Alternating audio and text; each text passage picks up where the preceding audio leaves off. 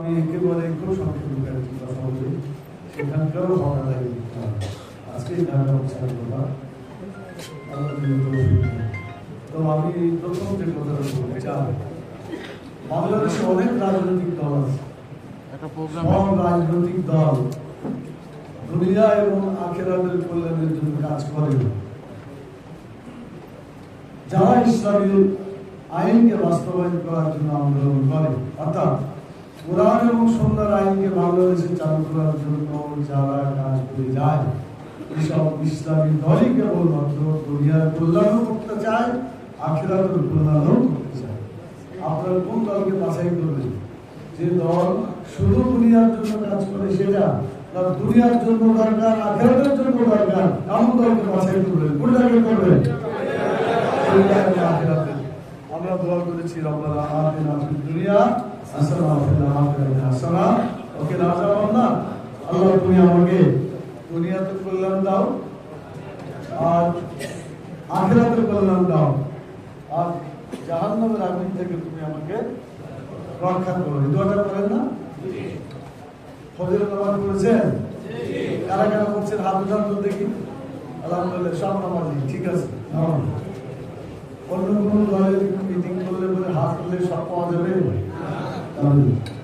আমরা দোয়া করি সমস্ত দল যাতে দুনিয়ার কল্যাণের জন্য কাজ করে, আখিরাতের কল্যাণের জন্য কাজ করে। বাংলাদেশ জামাত ইসলাম হচ্ছে ওই দল যে দল দুনিয়ারও কল্যাণ করবে এবং আখিরাতের কল্যাণের জন্য কাজ করে যাচ্ছে এবং যাবে। সেই দলের পক্ষ থেকে আজকে এটা করা হয়েছে সমাবেশে। তো ঈদ পুনর্মিলনের একটা কথা বলে শেষ করি, সেটা হচ্ছে হযরত ইব্রাহিম আলাইহিস সালামকে বললেন যে তুমি জবাই করো তোমার সন্তানকে। এটা শব্দের আদেশ। এমনি আলাফিল মানামে আমি আজ ভারতকে আপনাদের মা যাতারা কোরআনের আয়াতগুলো বলে সময় পাওয়া যাবে না। তার বাংলা অর্থটা হচ্ছে স্বপ্নে তিনি দেখলেন তার পুত্রকে জবাই করার। এই জবাই করার নির্দেশ পেলেন একদিকে পুত্র আর একদিকে আল্লাহর আইন। ভালো করে বুঝে দেখেন, একদিকে আল্লাহর আইন, আল্লাহর হুকুম, আর একদিকে তার সন্তান, যে সন্তানটা অত্যন্ত প্রিয়। যে যার সন্তান থাকে না, অনেকদিন পরে একটা সন্তান পায়, তার মর্যাদা এবং তার গুরুত্ব বুঝতে পারছেন? এমন একজন সন্তানকে জবাই করতে বলা হচ্ছে, কুরবানি দিতে বলা হচ্ছে। হযরত ইসমাঈল আলাইহিস সালাম তার সন্তান, তাকে যখন বলা হলো যে তুমি কি রাজি, তখন বলল হে আমার পিতা, ইফআল তোমার সারাজীবনী ইনশাআল্লাহ মিনাস সাবিরিন। আপনাকে যে স্বপ্ন আল্লাহ দেখায় যে নির্দেশ দিয়েছে সে অনুযায়ী আপনি জবাই করে ফেলেন, আমাদের ধৈর্যশীল হন। হযরত ইব্রাহিম আলাইহিস সালাম জবাই করলেন, আল্লাহর নির্দেশ পালন করলেন। তার মানে তার কাছে পুত্র বড় ছিল না, তার কাছে বড় ছিল আল্লাহর হুকুম। কথাটা খুব ভালো করে বুঝুন। ঈদুল আজহাতে খালি গোশত খাওয়ার জন্য ঈদ নয়।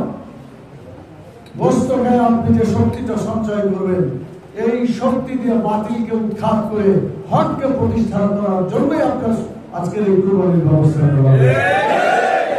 গোশত খায় যে শক্তি আপনার অর্জিত হবে, এই শক্তি দিয়ে অন্যায়, জুলুম, অত্যাচার, নির্যাতন, জুলুম, নিষ্পেষণ, চুরি, ডাকাতি, জেনা, ব্যভিচার, হত্যা, খুন, চাঁদাবাজি, টেন্ডারবাজি থেকে শুরু করে যত অন্যায় আছে সমস্ত অন্যায়কে রুখে দিতে হবে। কুরবানির গোশতকে এই শক্তি দিয়ে প্রতিরোধ সৃষ্টি করতে হবে। কি পারবেন ইনশাআল্লাহ? প্রতিরোধ যদি সৃষ্টি করতে পারে ঈদুল আজহা ভাগ আদায় হবে।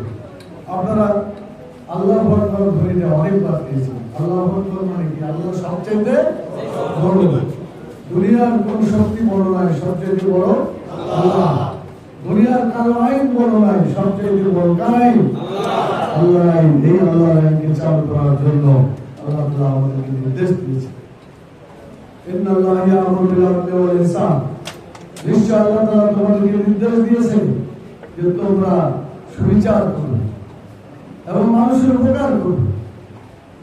5ই আগস্ট 2024 আন্দোলনের একটাই মাত্র টার্গেট ছিল, যে টার্গেটটা সেদিন স্লোগানে পরিণত হয়েছিল, উই ওয়ান্ট জাস্টিস। আমরা সুবিচার চাই। 71 থেকে 2024 সাল 54 বছর ধরে দেশে মানুষের আইন রাজত্ব করেছে, কথা ঠিক কিনা বলে? এবং যার ফলে মানুষের দুঃখ কষ্ট অত্যাচার নির্যাতন জুলুম সব চলেছে। ধর্মনিরপেক্ষতাবাদ, জাতীয়তাবাদ, পুঁজিবাদ, সমাজবাদ, মানুষের তৈরি যত মতবাদ আছে, এসব মতবাদ দিয়ে যদি দেশ চলে, সে দেশে শান্তি হতে পারে? 71 থেকে 2024 পর্যন্ত বাংলাদেশে কোনো শান্তি ছিল না। মানুষ অত্যন্ত কষ্টের মধ্যে জীবনযাপন করেছে। ওলামায়ে কেরামের হাতে বেড়ি পরানো হয়েছে, পায়ে শিকল পরানো হয়েছে, যেটা ইতিহাসে কখনো পাওয়া যায়নি।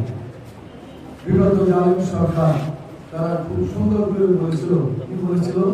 আমার ভোট আমি দিব, যাকে ইচ্ছা তাকে দিব। কিন্তু এটা কি করেছিল না? উল্টাতে করেছে, আমার ভোট আমি দিব, তোমার তাও আমি দিব। এই আমি বুঝতে চাচা গেছে, চাচি গেছে, ভাই গেছে, ভাতিজা গেছে, ছোট বাচ্চারা মানে 18 বছর পর ভোট দিতে গেছে, বলছে যে তোমার ভোট হয়ে গেছে, যাও চাচা ভোট না লাগবে, যান চলে যান। বলেছেন না বলে না? ছাত্ররা আহত হয়ে গেল যে আমরা যে প্রথম ভোট দিতে আসলাম আর ভোট হয়ে গেল। 2014 সালে ভোট করলো, বিনা ভোটে কত পাস করলো? 154। সরকার চালানোর জন্য কতটা এমপি লাগে? 151। আর বিনা ভোটে পার হলে কত? আর কি ভোটের দরকার আছে? তাহলে বাকি ভোটটা তামাশা। 2014 সালে নির্বাচন ছিল তামাশার নির্বাচন। 2018